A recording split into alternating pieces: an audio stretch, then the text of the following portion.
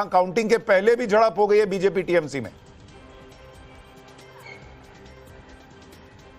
जी, दरअसल टीएमसी के जो कार्यकर्ता हैं वो आरोप लगा रहे थे कि उनको, यानी कि टीएमसी के जो लोग अंदर जाने वाले थे उनको पेन और नोटपैड लेकर अंदर नहीं जाने दिया जा रहा है, जबकि बीजेपी के जो लोग अंदर जाने वाले थे यानी कि एजेंट्स से उनको अंदर जाने दिया जा रहा था। इसी बात को लेकर यहाँ पर झड़प शुरू हुई थी। हालांकि पेन और नोटपैड के लिए सुरक्षा व्यवस्था है वो बेहद चाक चौबंद है। आपस में बांट लेते, 2 पन्ना फाड़ लेते उसी में से। जी लेकिन अब ये 2 पन्ना फाड़ने तक की बात नहीं रह गई है, क्योंकि इस बार का जो पूरा चुनाव हुआ है जिस तरीके से हुआ है उसके बाद ममता बनर्जी, टीएमसी को लग रहा है कि कहीं सारे पन्ने न फट जाए। इसीलिए टीएमसी के जो कार्यकर्ता हैं, नेता हैं, खुद ममता बनर्जी ट्वीट कर रही हैं कि वो पूरी रात सोई नहीं है। और आप देखिए कि एक के बाद एक ट्वीट किस तरीके से हो रहे हैं। लेकिन एक बार मैं दिखाना चाहता हूं कैसे यहाँ पर सुरक्षा व्यवस्था चाक चौबंद की गई है। कई स्तर पर सुशांत यहाँ पर सुरक्षा है, अर्धसैनिक बल है, केंद्रीय सुरक्षा बल है, दूसरी तरफ यहाँ के जो पुलिस के जवान हैं वो भी तैनात हैं। और देखिए बिल्कुल जो बैरिकेड है उसके अंदर, जैसा कि पहले यहाँ तय किया गया था कि बिना आइडेंटिफिकेशन के किसी को अंदर नहीं जाने दिया जाएगा। जिन लोगों को परमिशन होगी, जिन लोगों के पास अंदर जाने का आई कार्ड होगा, उन्हीं को अंदर जाने दिया जाएगा।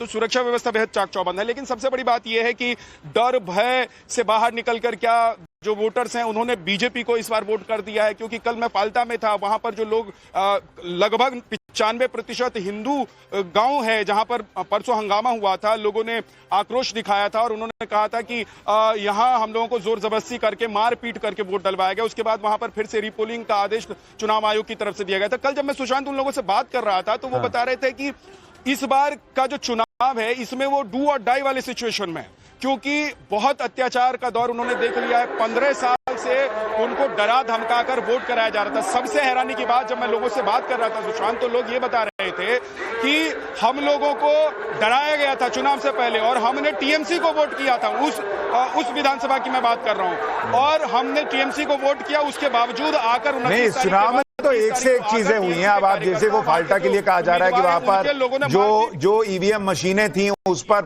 उस पर परफ्यूम लगा दिया गया था कि कौन जो है वही बटन दबा के आया है कि नहीं, उंगली सूंघ के पता चल जाएगा। मतलब गजब गजब चीजें बंगाल में हुई हैं भाई, जो आप सोच नहीं सकते। पूजा जो है वो ममता बनर्जी के घर के बाहर हैं और रविकांत राय बीजेपी दफ्तर कोलकाता में उसके बाहर मौजूद हैं। ये रविकांत, बीजेपी दफ्तर का हाल आपसे जरा पूछेंगे, बताइए वहां क्या चल रहा है बंगाल में।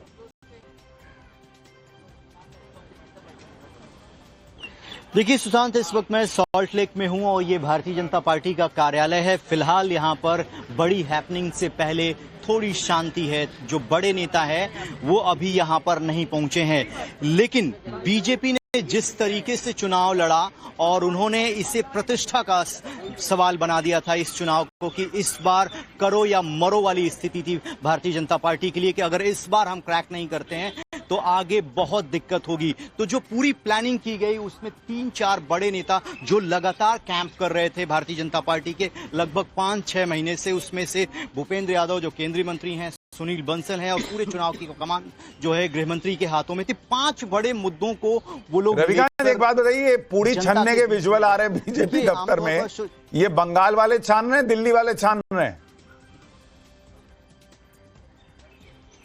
देखिए अभी फिलहाल यहाँ पर तो यहाँ सन्नाटा है और ये दिल्ली में छान रहे हैं। नेता यहाँ पर आया नहीं, वहां झालमुड़ी से काम चलाएंगे यहाँ पूरी खिलाएंगे, वहां झालमुड़ी से काम चलाएंगे। एक बार चलते हैं मैं पूजा के पास। पूजा, ममता बनर्जी के घर के बाहर आप मौजूद हैं, वहां का हाल बताइए जरा।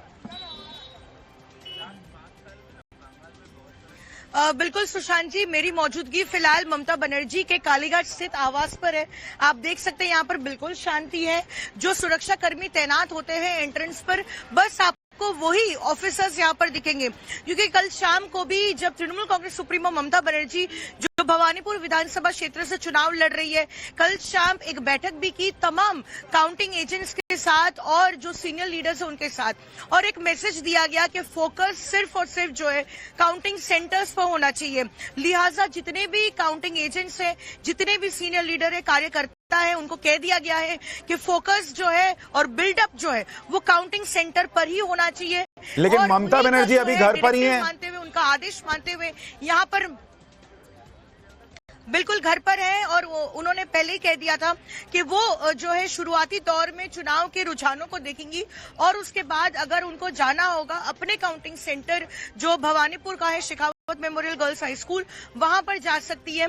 लेकिन 8 बजे जब वोटों की गिनती शुरू होगी, पहले चरण में पोस्टल बैलेट खोले जाएंगे और उसके बाद जब ईवीएम खोले जाएंगे तब थोड़ा बहुत जो है 2 घंटे में रुझान क्लियर हो जाएंगे और उसके ऊपर ही ठीक है। ममता पूजा, हम आपके पास लौटते रहेंगे कि वहां बंगाल में कहां क्या हो रहा है। इसके लिए हमारे सहयोगी हर जगह मौजूद हैं, शुभेंदु अधिकारी के घर पर, ममता बनर्जी के घर पर, भवानीपुर में, बीजेपी दफ्तर में, तो हर जगह से आपको लगातार अपडेट देते रहेंगे कि रुझान जो आ रहे हैं उसका वहां पर क्या असर पड़ रहा है। एक बार रंजिता के पास चलते हैं जो कांग्रेस मुख्यालय के बाहर मौजूद हैं। रंजिता, वहां क्या माहौल और कुछ बैनर पोस्टर दिख रहा है, ये क्या है?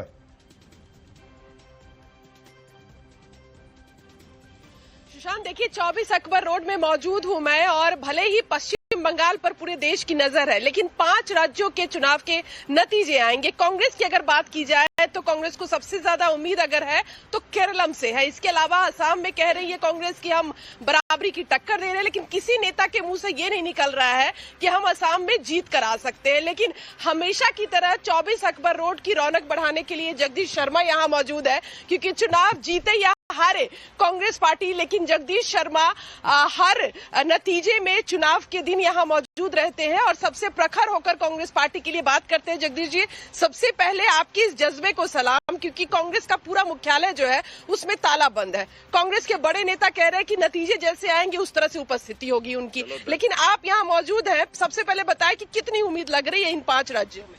आपका धन्यवाद जो आप इतना सम्मान देते हैं, क्योंकि हिम्मत नहीं हारनी है।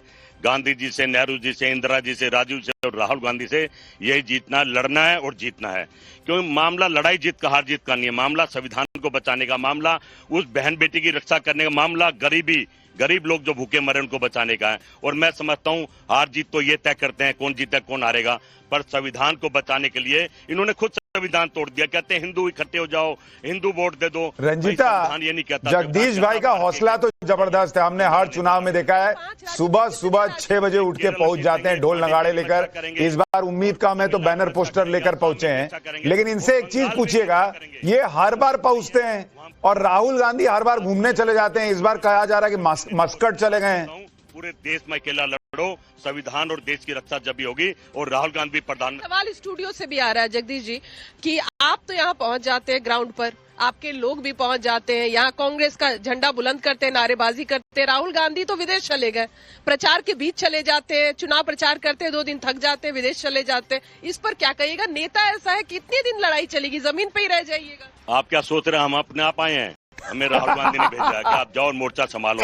उसने चुनाव में मोर्चा संभाला, हम यहाँ जमीन पर मोर्चा संभाल रहे हैं। मोर्चा तो संभाल रहे हैं ना। मेरा नेता देश में ही है, विदेश में नहीं है, और देख रहा है टेलीविजन के माध्यम से, आपके माध्यम से, कि जगदीश शर्मा लड़ा हुआ है। नहीं, ये जबरदस्त है। जगदीश भाई को सच में सलाम है। मतलब देखिए, ये इनके जैसे कार्यकर्ता ही हैं जो कांग्रेस पार्टी को, जहां भी कांग्रेस पार्टी जीत रही है वहां उन्होंने बचा के रखा है। लेकिन देखिए कमाल, कितना डेडिकेशन है कि कह रहे हैं